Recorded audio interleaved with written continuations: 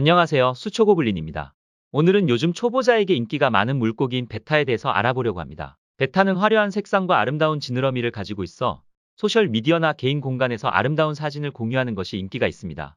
최고의 장점으로는 유지 보수가 간단하고 복잡한 시스템이 필요하지 않으며 초보자들도 쉽게 키울 수 있습니다. 베타는 성질이 안 좋고 싸나워서 쌈딱으로도 유명합니다.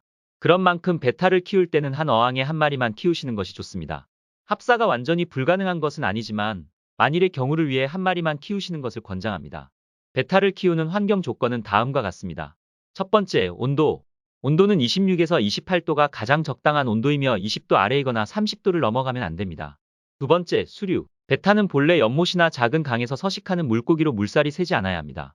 여과기나 기포기를 사용할 때 수류가 생기지 않도록 주의해야 합니다. 세 번째, 단독 사육. 수컷 베타를 키우실 때는 단독 사육을 해야 합니다. 앞서 말했듯 베타는 성질이 고약하기 때문에 한 마리가 죽을 때까지 격하게 싸웁니다. 네 번째, 플레어링. 베타는 지느러미가 크기 때문에 플레어링을 통해 지느러미가 말리거나 붓는 현상을 방지해야 합니다.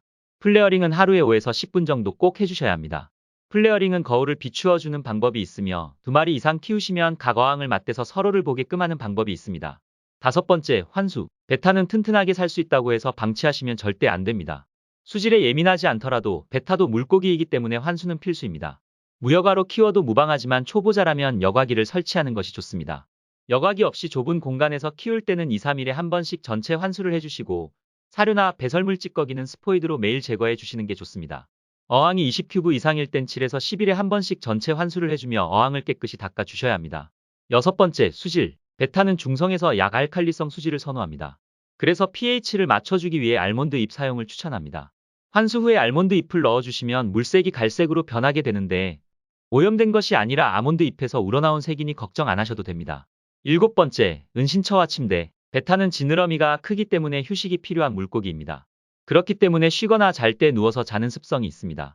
침대나 은신처를 배치하면 베타가 휴식을 취하는 데 도움이 됩니다. 은신처나 침대가 없이 키우실 경우 간혹 바닥에 쓰러져 있는 모습을 보고 아프거나 죽은 게 아닌지 착각할 수도 있습니다. 휴식을 취하는 것이니 안심하셔도 됩니다. 여덟 번째, 먹이. 베타는 전용 사료를 주시는 것이 가장 좋으며 간식으로 가끔씩 냉장이나 실지렁이를 급여해주면 좋습니다. 먹이량은 하루에 약 10알 정도 두 번에 나눠서 주시는 게 적당하며 가끔 편식하거나 안 먹는 사료가 있을 수 있으니 두세 개 정도 사료를 구비하시는 게 좋습니다. 아홉 번째, 거품집. 베타를 키우시다 보면 수조 표면에 거품이 생겨 있는 것을 보실 때가 있습니다. 이를 거품집이라고 합니다. 거품집은 주로 수컷이 지으며 암컷도 간혹 짓는 경우가 있습니다. 거품집을 짓는 이유는 암컷을 유혹하거나 산란기가 되었을 때 짓지만 기분이 좋거나 안정을 느끼고 컨디션이 좋을 때도 거품집을 짓습니다. 열 번째, 수명. 베타는 보통 2년 정도 산다고 알려져 있지만 환경이나 스트레스에 따라 달라질 수 있습니다. 간혹 장수 베타의 경우 5년까지 사는 베타도 있다고 합니다.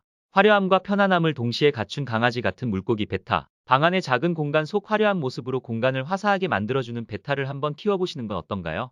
아마도 화려함 속에 편함을 느끼게 해주는 매력까지 더해져 스트레스를 줄이고 작은 행복을 가져다 줄 것입니다. 오늘 베타에 대한 가이드 영상 마음에 드셨나요?